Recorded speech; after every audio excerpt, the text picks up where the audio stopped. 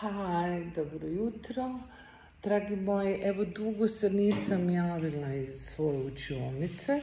Ovo su naše prekrasne mame, dakle naši predivni radovi.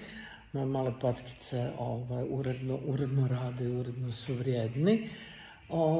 No, međutim, imamo danas jednu jako interesantnu stvar, jer nam je u goste, osim što su jučer došli Marija i njezin prijatelj, mali, danas nam je u razred došla jedna prekrasna mišica Mi i odlučila je družiti se s djecom, pričati s njima. Radit ćemo malo nešto što se zove emocije i to je nešto o čemu danas se i puno priča, no međutim ne znam koliko se puno radi i koliko su na ovi moji mališani koji su sad evo završili prvi razred, ne bi vjerovali, još malo, koliko su spremni da izraze sve svoje emocije.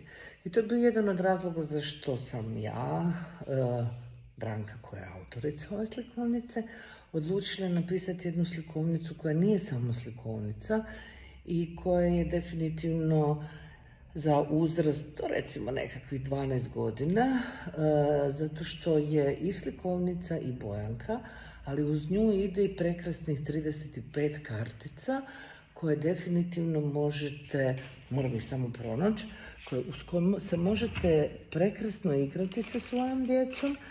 Dakle, one izgledaju ovako.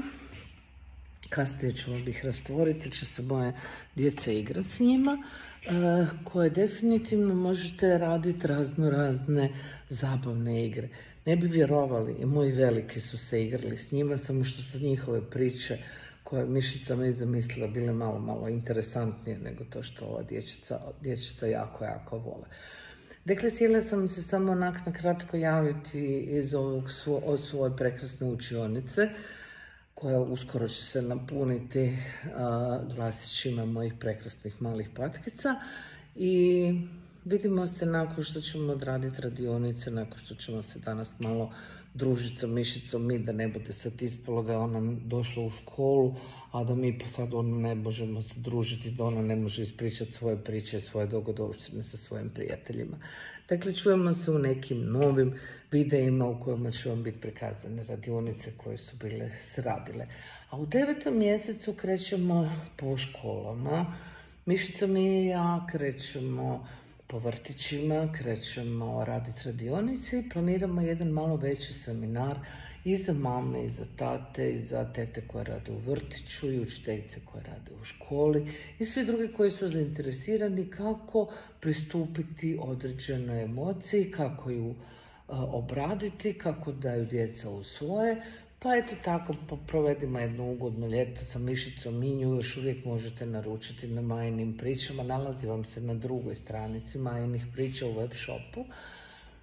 Pa se zabavljajte preko ljeta s mišicom Mi, a na jesen ćemo raditi radionice u kojima ćete vidjeti na koji se sve divan i krasan način možete družiti s ovom prekrasnom malom debeljucom koja se zove mišica Mi.